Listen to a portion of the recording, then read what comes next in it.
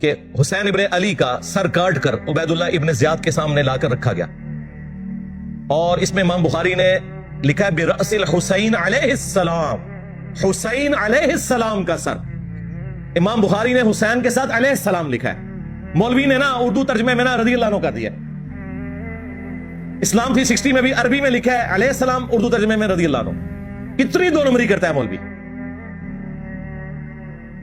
تو عبید اللہ بن زیاد ان کے حسن میں کوئی کلام کرنا شروع ہو گیا، اور چھڑی سے بجائے یہ کہ اس سر مبارک کو چونتا کوئی کلام کیا، تو انس بن مالک پاس کھڑے تھے، تو انہوں نے زبان سے کلمہ حق بلند کیا اور کہا کہ حسین ابن علی رسول اللہ کے سب سے زیادہ ہم شکل تھے۔ اور حدیث کے الفاظ ہیں کہ اس وقت حسین ابن علی کے سر اور داڑھی میں وسمے کی بوٹی سے رنگا ہوا تھا، یعنی کالا کیا ہوا تھا انہوں نے سر اور داڑھی کے بالوں کو۔ اچھا، اس حدیث کی شرح پتہ کیا لکھی ہے اہل حدیثوں نے؟ وسمہ اس بوٹی کو کہتے ہیں جو بالوں کو کالا کرنے کے لیے استعمال ہوتی ہے، یہ حدیث کی شرح ہوئی ہے۔ اور جو اتنا بڑا واقعہ کہ حسین ابن علی کو شہید کر دیا گیا، ان کا سر کاٹ کے پیش کیا گیا گورنر یزید عبید اللہ ابن زیاد کے سامنے، وہ ان اٹینڈڈ چھوڑ دیا، یعنی اونٹ نکل لیتے ہیں یہ مچھر چھانتے پھرتے ہیں۔ ہمیں تو قرآن میں اللہ تعالیٰ نے حکم دیا تھا قُلْ لَا أَسْأَلُكُمْ عَلَيْهِ أَجْرًا إِلَّا الْمَوَدَّةَ فِي الْقُرْبَةِ، اے نبی ان سے فرماؤ کہ میں اس دعوت و تبلیغ کے بدلے میں تم سے کچھ نہیں ڈیمانڈ کرتا، ہاں جو میری قرابت داری ہے اس کا تو لحاظ رکھو۔ اچھا، اس آیت کی شرح دو طریقے سے ہوئی ہے۔ ابن عباس اس کی شرح یوں کرتے ہیں کہ نبی علیہ السلام، جو بخاری میں موجود ہے، کہ نبی صلی اللہ علیہ وآلہ وسلم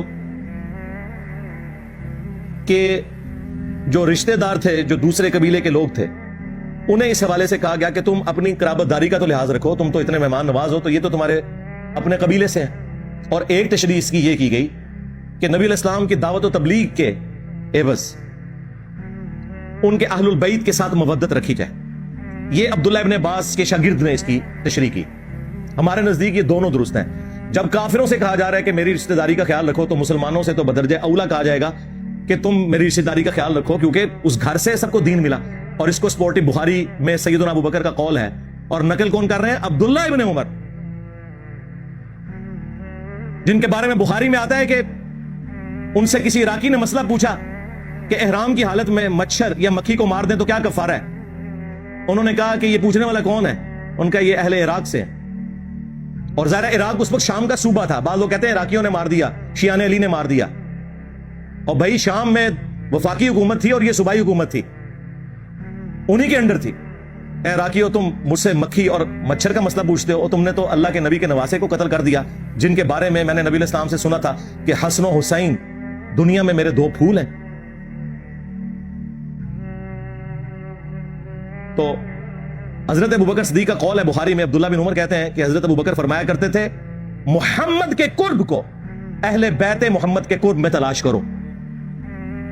اب مجھے بتائیں، جو رسول اللہ صلی اللہ علیہ وآلہ وسلم کے قرب کو ان کے اہل البیت کے قرب میں تلاش کر رہے ہیں خود، کیا کبھی وہ یہ دعویٰ کر سکتے ہیں کہ ہم اہل البیت سے افضل ہیں؟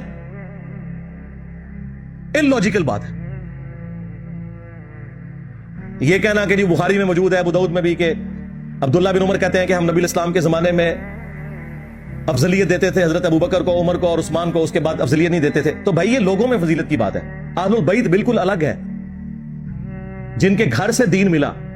دوسرے اصحاب نبی کے گھر والوں کے بارے میں یہ سوچ سکتے ہیں کہ جس گھر سے ہمیں دین مل رہا ہے ہم ان سے بہتر ہو جائیں گے؟ Not at all, never. جب لوگوں میں افضلیت کی بات ہو رہی ہے تو ادر دین اہل البیت ہے علیہم السلام اجمعین۔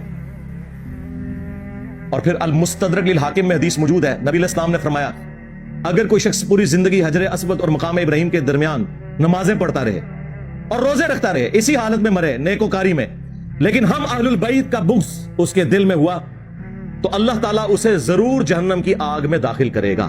فلیعوذ باللہ تعالیٰ۔ یہ کہتے ہیں جی کربلا کیوں ڈسکس کرتے ہیں جی؟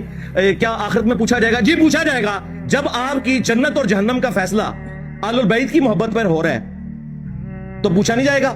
اور آپ تو ہمیں خود ہی سنایا کرتے تھے فضائل صحابہ احمد بن حنبل کی کتاب میں، وہ روایت جہاں سے میں نے سٹارٹ لیا، اور شیعہ کے یہاں نہج البلاغہ میں، کہ حضرت علی کی محبت میں غلو کر کے دو فرقے جہنم میں چلے جائیں گے اور دو گمراہ ہو جائیں گے، ایک ان کی محبت میں غلو کر کے، ایک ان کی دشمنی میں. تو جب آپ خود جنت اور جہنم کا فیصلہ سیدنا علی اور اہل البیت کی محبت پہ کرتے تھے، اس وقت صرف اتنا ہی تھا کہ آپ نے دوسروں کو کہنا تھا رافضی اور اپنے آپ کو ناصبی ماننے سے انکار کرنا تھا. تو یہ آپ نے 2 نمبریاں کی ہیں، اس کا رزلٹ پھر اسی شکل میں نظر آنا تھا. دوستوں مزید ایسی ویڈیوز دیکھنے کے لیے ہمارے چینل کو سبسکرائب کریں، اور میں ملوں گا آپ کو اگلی ویڈیو میں. تب تک کے لیے اپنا خیال رکھیے گا. اللہ حافظ.